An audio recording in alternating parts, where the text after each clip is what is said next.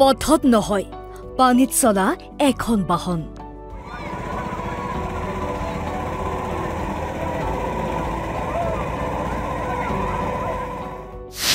অসমৰ এজন যুৱকে সাজি উলিয়াইছে বাহনখন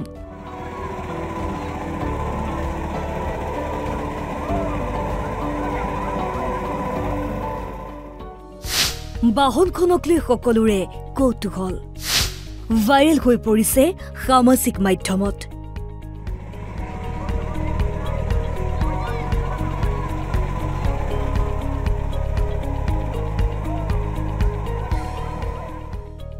এখন পুৰণি বাহনেৰে এজন যুৱকে সাজি উলিয়াইছে পানীত চলা এই বাহনখন যুৱকজনৰ নাম মদন ৰয় উৰফে অভি ঘৰ শ্ৰীভূমিৰ বদৰপুৰৰ বাগুৱা নতিলা গাঁৱত অভিৰ এখন গেৰেজ আছে অভিয়ে এমাহৰ ভিতৰতে পানীত চলিব পৰা এই বাহনখন সাজি উলিয়াই সকলোকে চমক দিছে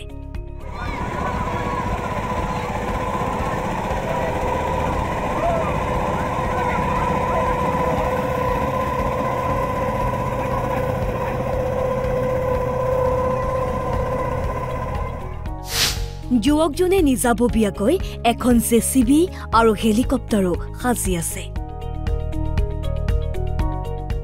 এটা আমি 8-10 বছর ধরে এটা আমি হাত চালাইয়া যাইয়া ছোটখাটো জিনিস আমি বানাইয়াও আইয়া তো আমি একটা জেসিবিও বানাইছি একটা হেলিকপ্টারও বানাইছি হেলিকপ্টার বর্তমানে সম্পূর্ণ কর্ম একটা জলের ভেদে গাড়ি দৌড়ায় এটা আমি বানাইছি এটা বর্তমানে সনবিল নিয়ে এটা চালানো না এখনো কোনো সহযোগিতা পাইছি না তবে একটা সার্কেল অফিস তো বদরপুর একটা এক্সপিরিয়েন্স সার্টিফিকেট দেওয়া হয়েছে আমাদের জিনিসগুলা তো এটা গ্যারেজ আছে তো গ্যারেজের বহুত রকমের জিনিস পাওয়া যায় ওগুলা নিয়েও আমি মডিফাই করে এটা বানাই আর এটার ক্ষেত্রে যেটা জলের গাড়ি দৌড়া এটাতে একটা গ্যাসটে বডি ব্যবহার করছি আর একটা ইঞ্জিন ব্যবহার করছি আর কাঠ ব্যবহার করছি আরও প্রচুর জিনিস আমি বিভিন্ন ধরনের জিনিস ব্যবহার করছি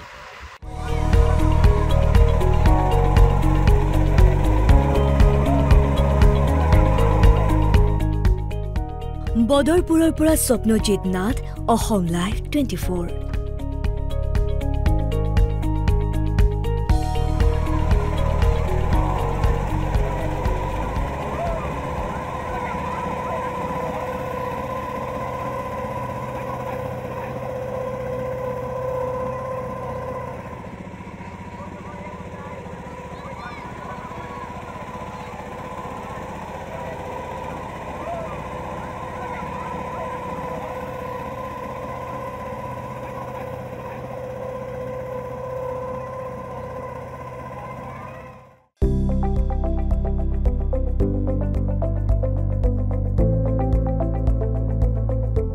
24NB নিউজ